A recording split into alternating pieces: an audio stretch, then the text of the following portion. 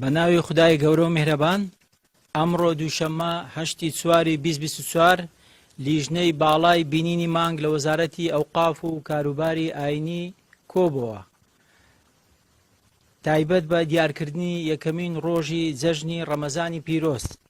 هەروەها بە پشتبەستن بە بەڵگە شەرعیەکانی بینینی مانگ و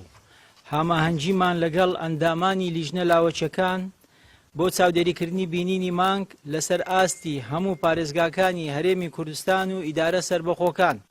و هەروەها بە پشتبەستن بە بەڵگەکانی فەلەکناسی لە هەرێمی کوردستان و لەبەر نەبوونی بەڵگەی شەرعی پێویست